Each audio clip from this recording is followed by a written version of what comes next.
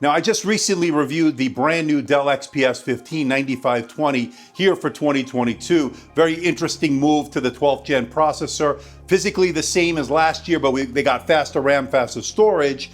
And a lot of you have wanted me to check out the bigger brother to that, the XPS 17, the 9720, just released by Dell this year. I just took delivery of it last week, and I've been putting it through its paces ever since.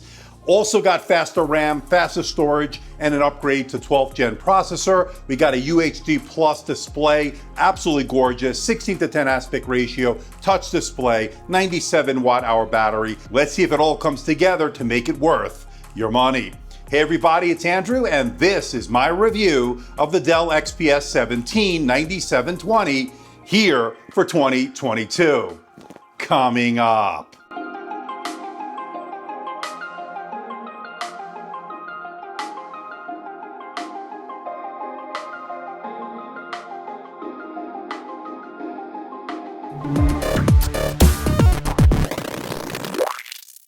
Now, before we get to the unboxing, I want to let everybody know, in the interest of transparency and full disclosure, I'm not being paid by Dell. I'm not being sponsored by Dell. All the opinions you're about to hear are my own. Dell is not getting copy approval. That means they're seeing this video for the first time, just like you. Now, this unit is on loan from Dell, and once this review is done, I'll be sending it back. Now, pricing starts at $18,1202, and pricing as tested here today with the unit that Dell sent over comes in at $2743.02. For those interested, I'll leave a link in the description below for more information and where you can buy one. Yes, these are expensive units, but don't forget, this is a premium flagship from Dell, and it's priced accordingly.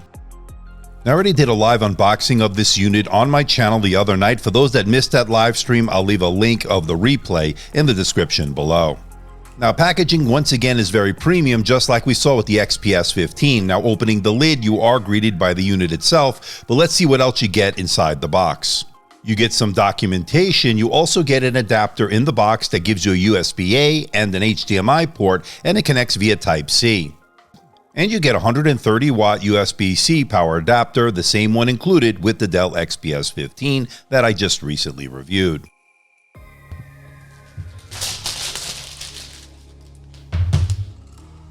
And I can tell you right away, it's got some heft to it. And again, we saw this last time with the XPS 17 9710.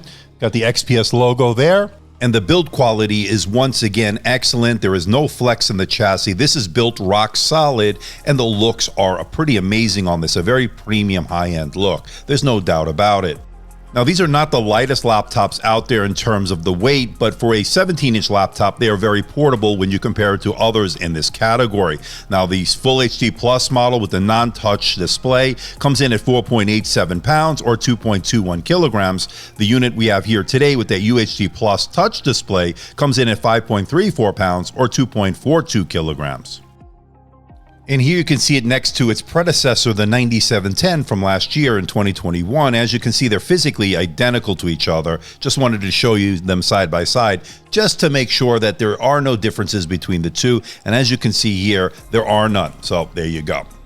And here it is next to the Dell XPS 15 9520 that I recently reviewed. And here you can see the size difference between the two. The XPS 17 9720 obviously has a bigger footprint, obviously a bigger display, and it's on display here, obviously. So if those of you wondering what are the differences between the size, here they are. And you'll notice the weight difference also between the two, which the XPS 17 obviously is heavier than the XPS 15.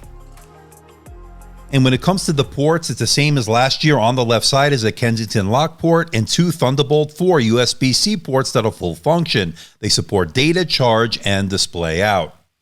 And moving over to the right side are two more USB-C Thunderbolt 4 ports, again, also full function here.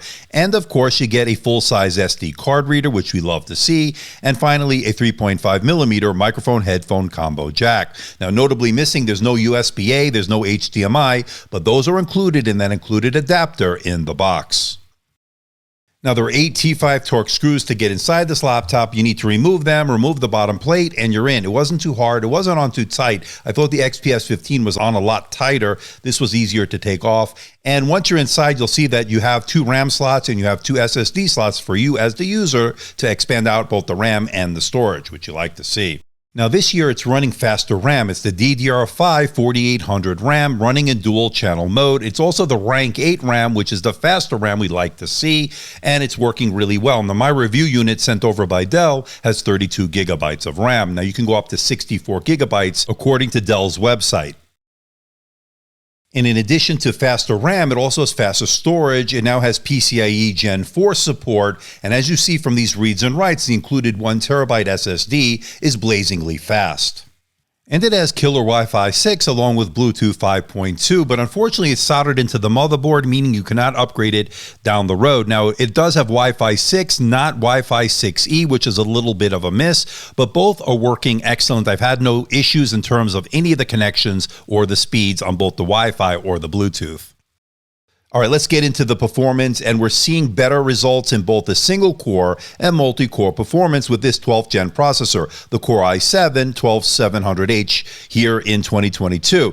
Now, what's interesting is we're seeing the better performance out of the CPU. However, the GPU is only a 60-watt TGP as opposed to last year, which had a 70-watt TGP, and that's why we're seeing a better Time Spy score and Firestrike score in last year's model. Pretty interesting. And to illustrate how good the CPU performance is year over year, it actually outpaced the Apple MacBook Pro 16, the M1 Max, in the multi-core score of that Geekbench test. Now, of course, this is a synthetic benchmark, but this will give you a good indicator of what we're looking at in terms of that improved performance.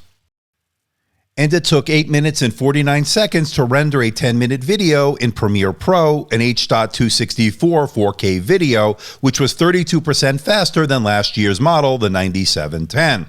That's because of the better CPU performance and despite the fact that it does have a lower TGP than last year's model. And I want to stress that this is not a dedicated gaming laptop. There are better options out there for your money, but when it comes to playing games, the RTX 3060, even with the lower TGP, had very similar results in last year's model with very playable frame rates on certain settings.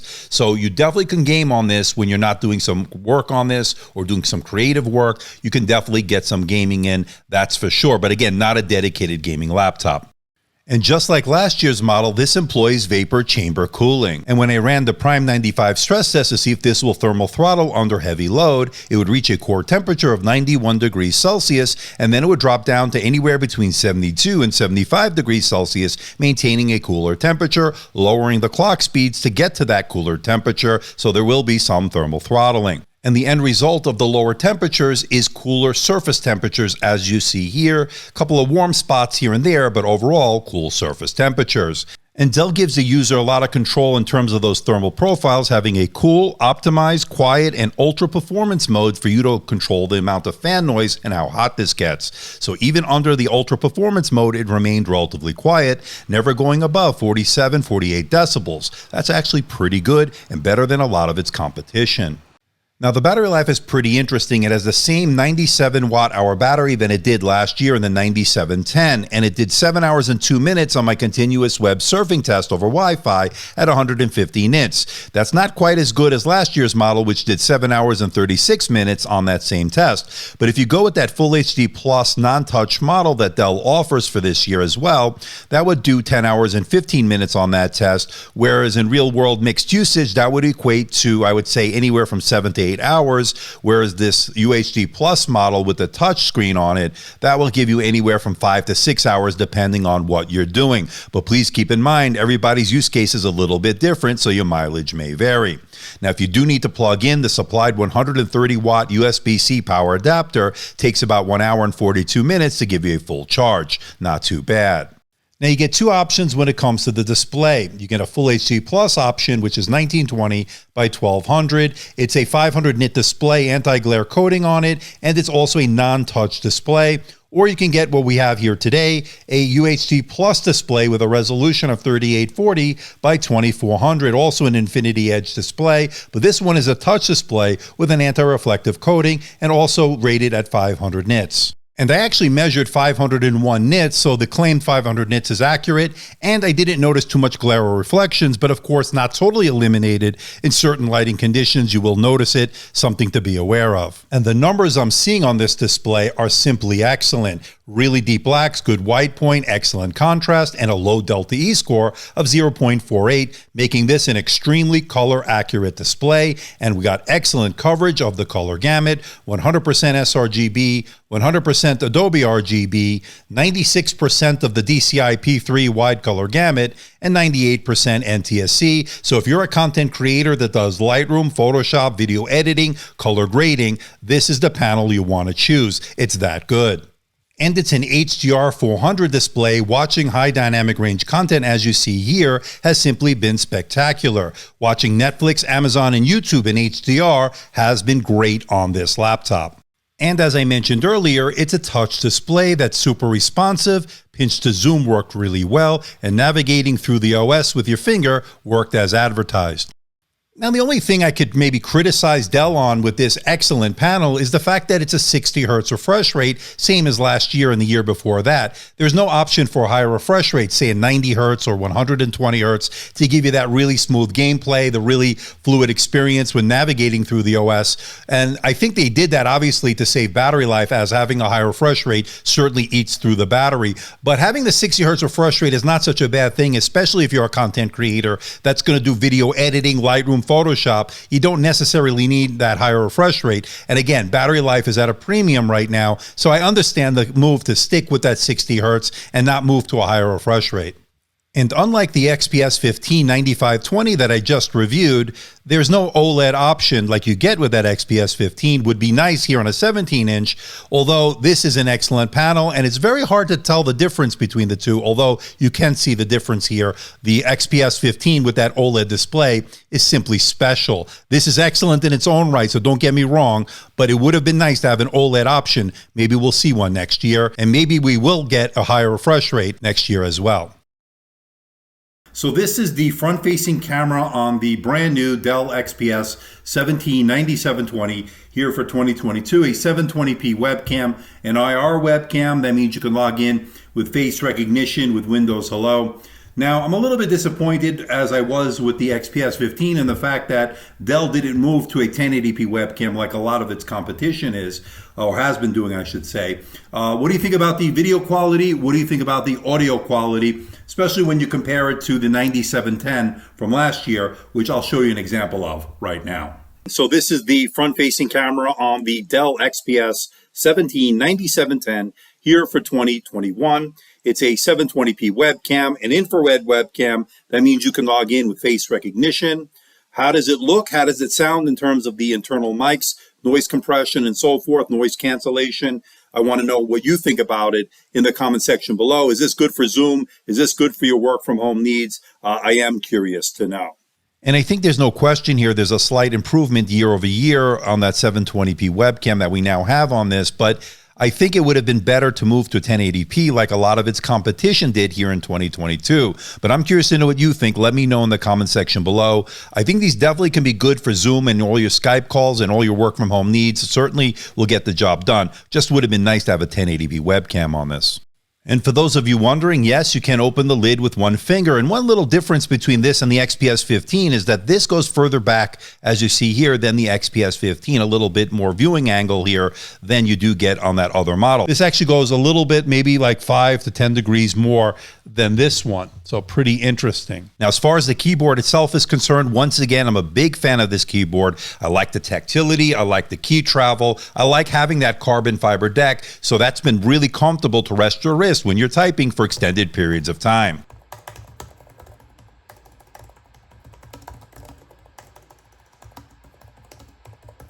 And it has a nicely sized glass precision touchpad that was super responsive. Two-finger scrolling is buttery smooth and all the gestures work as you'd expect. I didn't have any inadvertent clicks and there was no loose touchpad that was an issue on previous models. So that's been good so far and I'm really happy with this touchpad. Now, when it comes to the audio, there are quad speakers on this, 2 tweeters, 2 woofers for pretty nice sound. Fills up the room really nicely, good bass, good mids. Probably one of the best Windows laptops in terms of audio that I've heard in a long time. Now, I'm going to compare it here right now to the Apple MacBook Pro 16, the 2019 that I have, that I think is the best in the business, but this really does hold its own. Now, let me know what you think in the comment section below. Which one is better? I am curious to know, but as a Windows laptop, this is one of the best out there.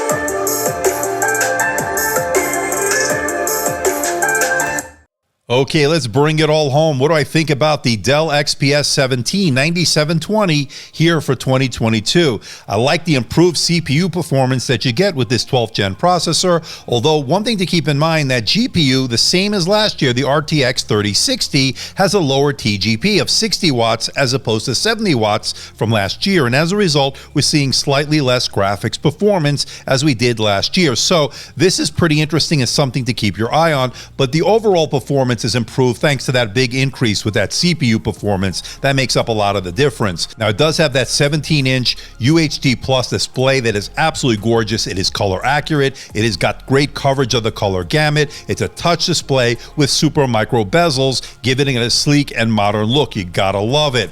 I like the sound coming out of those quad speakers. It's full, it's rich, and it's one of the best sounding laptops in terms of audio out of a Windows laptop here in 2022. It runs pretty cool and quiet, and it also has the vapor chamber cooling, although you will notice it throttle down when it does get overly hot or put under heavy load to maintain a cooler core temperature. Now, as far as what I don't like about this laptop, once again, we don't get a USB-A, we don't get an HDMI port, although they do give you that adapter in the box.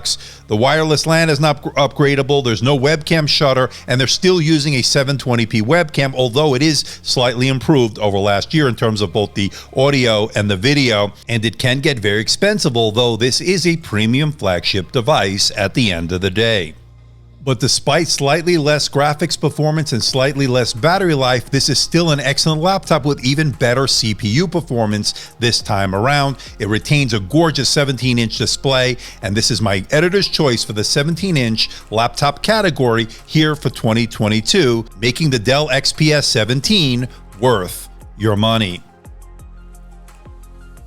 So what do you think about this bad boy, the XPS 17 9720 here for 2022? All metal design, physically the same as last year, 4 Thunderbolt 4 ports, SD card reader, no USB-A, no HDMI. They give it to you in that adapter in the box that connects via Type-C. 97 watt-hour battery, moved to the 12th gen processor. We saw pretty good performance, actually a nice big increase in performance over the 11th gen processor.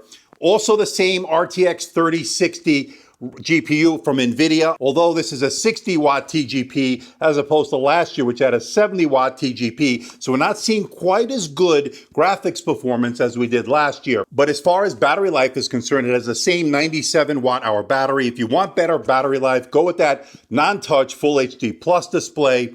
That will do definitely better, maybe a couple of hours better. This did a little bit less than last year, which is a little bit concerning. I was expecting a little bit better battery life, but you're not buying this for the all-day battery life. I don't think you're going to get it out of this. You do get that 130 watt USB-C power adapter. The star of this show to me, however, is that 17-inch UHD Plus touch display. It's an Infinity Edge display with those very small bezels, giving it a really nice, sleek, and modern look. It's got HDR 400. Watching high dynamic range content in this has been great. And it also has great color accuracy and excellent coverage of the color gamut. So if you're a content creator, this is a display you can definitely work with, that's for sure. And this is definitely not coming in cheap, starting over $1,800, going up from there. Priced as configured with my review unit over $2,700, $2,800 when it's all said and done. Really premium flagship pricing. Not a surprise considering its competition. The Apple MacBook Pro 16 comes in very similar pricing. So not surprising in that regard. You're getting the premium build quality, the beautiful IPS 4K UHD Plus display, where I actually thought it was OLED when I first looked at it. It's that good. No, it's IPS. And you also get the premium keyboard and that carbon fiber deck that I absolutely love. But I'm curious to know what you think. Let me know in the comment section below. If you have the 9710 from last year, I don't think this is a must upgrade as far as you're concerned. You should be perfectly fine with that. Physically, they're the same display. The only thing you're going to miss out on, of course, is that increased CPU performance, but the GPU performance, you're actually doing a little bit better than last year due to the TGP, the higher TGP at 70 watts. I also saw an improved camera here of that 720p camera, a little bit improvement in both the video and audio quality, although I would have preferred to move to a 1080p webcam like some of its competition has already done here in 2022. So please hit the like button, please subscribe, please share this video. Don't forget to leave a comment in that comment section below. Let me know how I'm doing. Let me know if there's a device or something out there you think I should review. I'll do my best to try to make that happen. Don't forget to check me out on Facebook, Twitter, Instagram, and of course, my website, amdtechreviews.com. So until next time, this is Andrew from AMD Tech. See ya.